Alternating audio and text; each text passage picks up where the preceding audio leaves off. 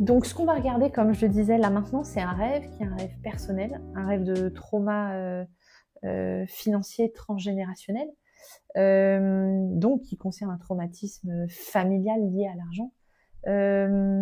Aujourd'hui, voilà, il y a pas de secret sur le fait que moi, je vis aussi des difficultés financières. Ce sont des choses qui impactent mon entreprise, qui est en procédure collective aujourd'hui, et pour ne faire aucun secret, en redressement judiciaire. C'est des difficultés, voilà, qui sont corrélées à ce trauma familial, qui était un secret de famille et qui, en tout cas, dont on parlait très peu et dont on ne parlait pas ensemble, parce que la définition d'un secret, c'est ça aussi, c'est que parfois c'est quelque chose qui est su, mais qu'on ne partage pas les uns avec les autres, et qui fait toute sa fonction, qui le maintient dans une fonction de secret.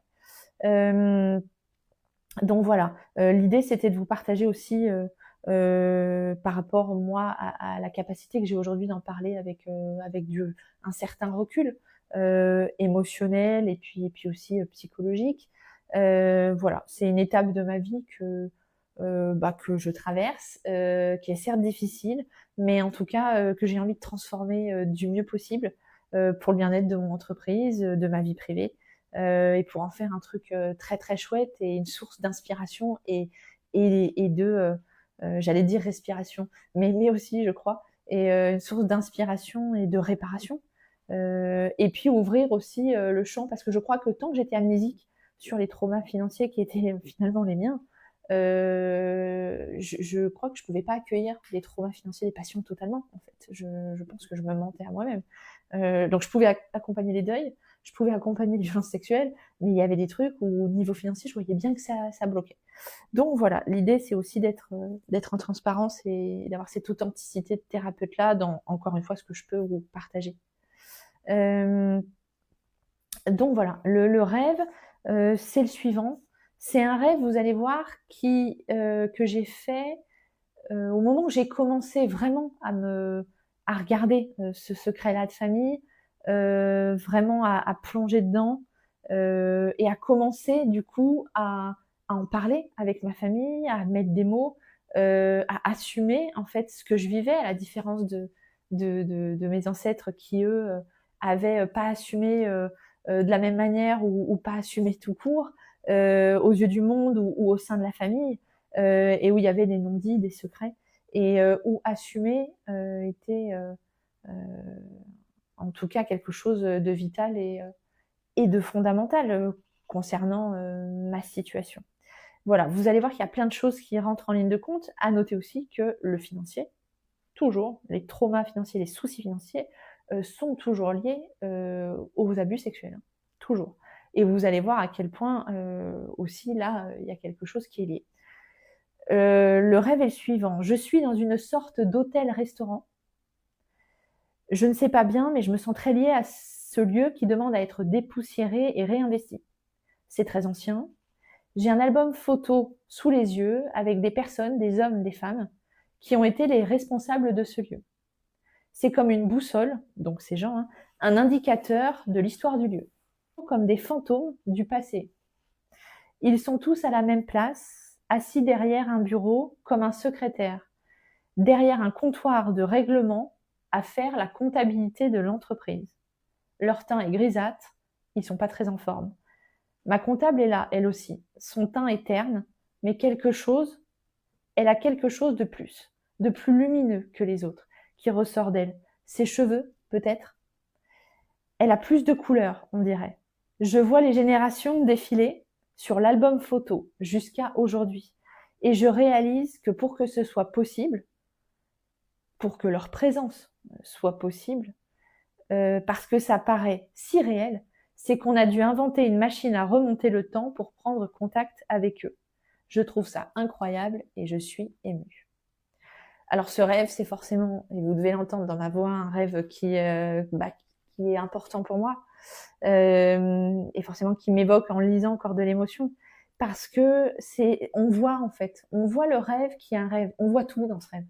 On voit le trauma financier, on voit le transgénérationnel, on voit aussi l'écho personnel à moi, on voit que tout ça a traversé le temps. On voit aussi les violences sexuelles. Je vais en parler, vous allez comprendre. Donc on voit ce parallèle-là. On voit la répétition du trauma, et on voit la capacité là que j'ai à mettre le pied dedans et à aller réparer. Je m'explique, je vais reprendre le rêve depuis le départ, sachant quand même que dans mon cas à moi je sentais que j'avais des difficultés financières depuis longtemps. Quand on a quelque chose comme ça qui nous déborde, hein, un truc qui résiste, quoi. Enfin, je veux dire, un truc qu'on a l'impression qu'on met tout en œuvre et qu'il n'y a rien qui y fait, c'est généralement, c'est quand même transgénérationnel. Hein. Donc, je vous le dis, si vous avez des choses, voilà, qui vous résistent, qui vous débordent, ça peut être personnel, hein, bien sûr, mais ça peut aussi être transgénérationnel. Ça vaut le coup d'aller voir parce que, vous voyez, des fois, on se confronte quand même à des choses voilà, dont on était encore amnésique malgré un travail sur soi quand même assez conséquent. Donc voilà, en tout cas, ça vaut bien sûr le coup de se faire accompagner. Donc, ce que ça dit, donc je suis dans une sorte d'hôtel-restaurant. Le restaurant, c'est sexuel, parce qu'on mange. Et manger, c'est sexuel. Donc on voit qu'il y a un parallèle. On voit que sous cette affaire, il y a un truc de sexuel. Et sous le financier, quand je dis c'est lié, faut bien comprendre que quand on vit des violences sexuelles, on abuse de nous. Hein. Et on abuse de nous, c'est-à-dire que abuser de nous, ça nous met dans une position où on se sent extrêmement coupable. C'est très dur de rendre l'autre coupable. Il faut faire un vrai chemin pour se dire, mais en fait, c'est l'autre. C'est l'autre qui a pas mis de limite, c'est le parent, c'est l'adulte. Voilà. Donc on va être coupable nous-mêmes, enfin on va penser qu'on est coupable et on va se culpabiliser. Et on va se culpabiliser tant qu'on n'a pas travaillé sur soi. Mais on va se culpabiliser avec des mécanismes dont je parlais dans les anciennes capsules, avec des mécanismes agressifs vis-à-vis de soi-même. On va se culpabiliser en développant de l'auto-agressivité des maladies, que ce soit auto-immune, des maladies du génital, des troubles sexuels. On va se culpabiliser avec tout un autre pan. On va aussi saboter parfois. Culpabiliser, ça veut dire saboter sa vie, saboter ses possibilités, ses capacités, sa confiance. Et là, il y a quelque chose, effectivement, de cet ordre-là. C'est-à-dire, dans les violences sexuelles, il y a quelque chose où on est tellement en culpabilité que le financier, le rapport qu'on a au financier va être aussi dans la culpabilité. Je m'explique, on va être souvent dans des situations où on va abuser de nous, dans le financier, et où on va payer. Ah ça, c'est évident, on va payer. On va payer parce qu'on va être coupable, enfin on va se sentir coupable. Donc on va être souvent dans ce mécanisme-là, encore une fois, d'abus financier. On va se retrouver dans une situation où on est abusé financièrement et on paye, et on paye, et on paye. Et la seule façon d'en sortir, en fait, c'est soit d'arrêter de payer, c'est-à-dire en fait, c'est de regarder le problème, d'arrêter de payer et d'arrêter de payer vraiment, c'est-à-dire de vraiment réassainir la situation globale. Parce qu'il y a des gens, ils en ont tellement marre en fait d'être abusés et de payer que du coup, ça va tendre vers des comportements où ils vont plus payer. Je sais plus payer leurs factures, ils vont frauder par exemple le métro, les trains très régulièrement. Enfin, vous voyez, ils vont être parce qu'ils vont essayer de sortir la tête de l'eau au niveau inconscient de leur affaire. Voilà, donc soit ils vont arrêter de payer, soit ils vont poursuivre et aller dans une destruction, payer jusqu'à payer de leur personne très très très fort. Et en tout cas, moi, c'est le sentiment que j'ai eu pendant très longtemps, en fait, et j'avais pas fait tous les liens, j'avais pas fait sauter l'amnésie, mais en tout cas, oui, j'ai eu l'impression de payer pendant extrêmement longtemps, jusqu'au moment où en fait j'ai compris qu'il y avait quelque chose de complètement anormal, et c'est ce qui a donné aussi lieu à ce rêve-là. La normalité, c'est aussi dire à un moment donné, on arrête. Et on arrête de payer et réassainir aussi son histoire au niveau financier, c'est aussi remettre de la loi. La loi, c'est fondamental. Je dis souvent, l'amour, ça sauve de tout, et je le pense sincèrement, des proches qui vous aiment vraiment, qui sont bienveillants, etc. C'est génial. Mais si on n'a pas la loi, c'est compliqué. La loi, c'est les limites, quoi. C'est les limites pour soi, et puis c'est les limites pour les autres. Il y a des trucs qu'on fait, et puis il y a des trucs qu'on fait pas. Et tout autant que c'est important d'avoir un proche qui nous met des interdits, qui nous met des limites, qui nous met un cadre, là, il y a quelque chose aussi d'une loi financière, moi, que j'avais besoin de voir être reposée, en fait, pour moi, et tant au niveau de la enfin, du financier qu'au niveau des violences sexuelles, en fait. Donc, voilà, moi, dans ma situation, j'ai fait une demande, etc., de procédure collective qui venait de mon fait, de redressement. Et le redressement étant le redressement, en fait, et l'assainissement familial. Hein. Donc, il y a quelque chose qui est très intéressant, c'est ça a permis de mettre de la loi. Et mettre de la loi, c'est être protégé. En fait. C'est remettre l'histoire dans le bon sens. Donc, voilà, c'était pour expliquer un petit peu cette histoire de sexuel qui est imbriquée dans le financier. Donc, bien sûr, les violences sexuelles de ce côté de la famille-là, vous allez le voir parce que je parle d'un côté de famille sur lequel est le trauma, est à continuer, pour moi en tout cas, d'élaborer, c'est bien certain. Donc je dis, je suis dans une sorte d'hôtel-restaurant, je ne sais pas bien, mais je me sens liée à ce lieu qui demande à être dépoussiéré, réinvesti. On voit le transgénérationnel. Vous avez vu, on voit l'aspect c'est vieux, c'est ancien, on voit que c'est un truc qui remonte, et on voit déjà une réparation, c'est-à-dire dépoussiéré, réinvesti. Il y a besoin de faire le ménage là, en fait. Ensuite, on dit, c'est très ancien, là aussi marqueur transgénérationnel. J'ai un album photo. L'album photo, c'est hyper intéressant. C'est une production, c'est-à-dire c'est une représentation du trauma que tout à coup on met devant nous. C'est-à-dire il est plus en nous le trauma, tout à coup ça y est, on en parle, on le met devant nous, il est là. Donc c'est un super marqueur très chouette. Et je dis que j'ai un album photo avec des personnes, des hommes, des femmes qui ont été les responsables de ce lieu. Et là, je mets en lumière en fait les responsables familiaux de l'affaire. C'est ça la responsabilité. C'est le trauma. Voilà où on en est. Donc il y a du trauma là. Il y a un marqueur de trauma. Je dis que c'est un boussole, un indicateur de l'histoire, ce qui est vrai. Ils apparaissent sur ces photos comme des fantômes, marqueurs, vous l'aurez compris, de transgénérationnel fort. Ils sont les fantômes de l'histoire qui polluent et qui polluent très fortement l'inconscient et qui parasitent, c'est ça que je voulais dire, du passé. Donc j'associe au fait qu'ils sont quand même dans le passé. Il y a la différence entre évidemment le passé et le présent. Et on voit là, je parlais de répétition de trauma, mais on voit le marqueur, la répétition où je dis ils sont tous à la même place.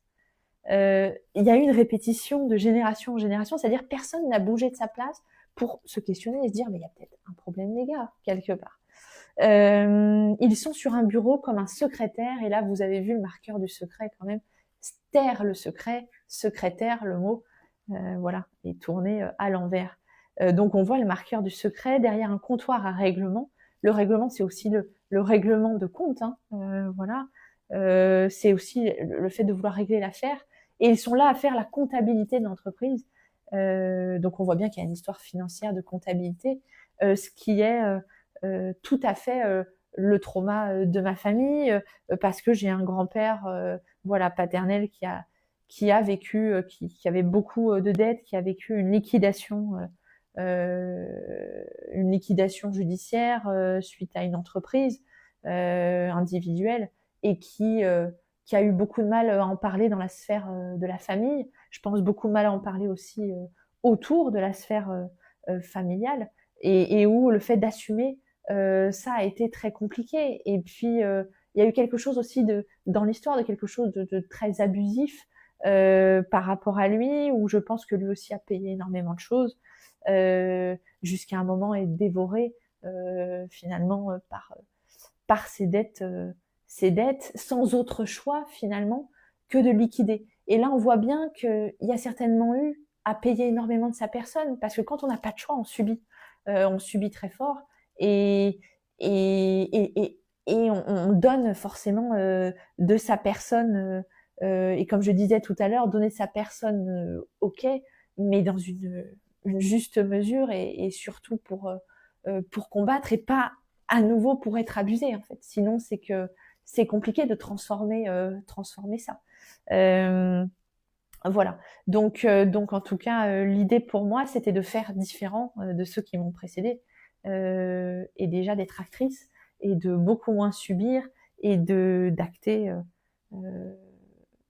oui, d'acter quelque chose en tout cas d'un choix par rapport à mon entreprise et à un redressement. On voit leur teint est grisâtre, donc là aussi, hein, on voit l'aspect fantomatique, on voit l'aspect atteint par le trauma et la situation. Et je dis, ma comptable est là aussi, c'est quand on n'arrive pas à quelqu'un, alors on va déplacer, pardon, sur quelqu'un d'autre. Là, c'est moi la comptable, mais je pense que comme c'est un peu compliqué de voir que c'est totalement moi, je vais dire que c'est ma comptable, parce que c'est celle qui gère la comptabilité de l'entreprise. Mais c'est moi aussi qui, quelque part, suis ma propre comptable, enfin voilà, qui gère ma comptabilité. Donc il y a quelque chose, voilà, où elle est représentée comme, en tout cas, elle est, voilà, elle me représente. Et on voit qu'il y a quelque chose qui se transforme là, parce que je dis son teint est terne, comme le mien, quelque part a été terne parce que ça a été difficile, et en même temps il y a quelque chose de lumineux, et je parle à nouveau de ses cheveux, et je trouve ça fort parce qu'il y a cette lumière là qui ressort, où je dis elle a quelque chose de différent. C'est peut-être ses cheveux, et ses cheveux, comme je dis, c'est comme je disais dans la capsule précédente, c'est un marqueur du féminin. Donc elle a quelque chose, voilà, qui se répare au niveau des cheveux, du féminin, ce qui fait écho aussi aux violences sexuelles. Il y a quelque chose qui est remis en mouvement dans le bon sens. Je dis que je vois les générations défiler sur l'album photo, donc ça c'est pareil, le fait de sortir le trauma transgénérationnel de moi et le faire défiler, mais dans le bon sens. Et puis, donc je dis jusqu'à aujourd'hui, et je réalise que pour que ce soit possible, qu'on soit finalement tous réunis là, c'est-à-dire qu'on soit tous en train, que je sois tous en train de les regarder. Finalement, c'est responsable du trauma, et où moi aussi j'ai ma part de responsabilité de ne pas avoir vu avant. Mais, en tout cas, voilà, je dis qu'on a dû inventer une machine à remonter le temps. Le machine à remonter le temps, je crois que c'est aussi la thérapie, et c'est la capacité à lever l'amnésie, quoi, à remonter le temps, aller voir le passé, parce que pour qu'il passe, il faut le regarder.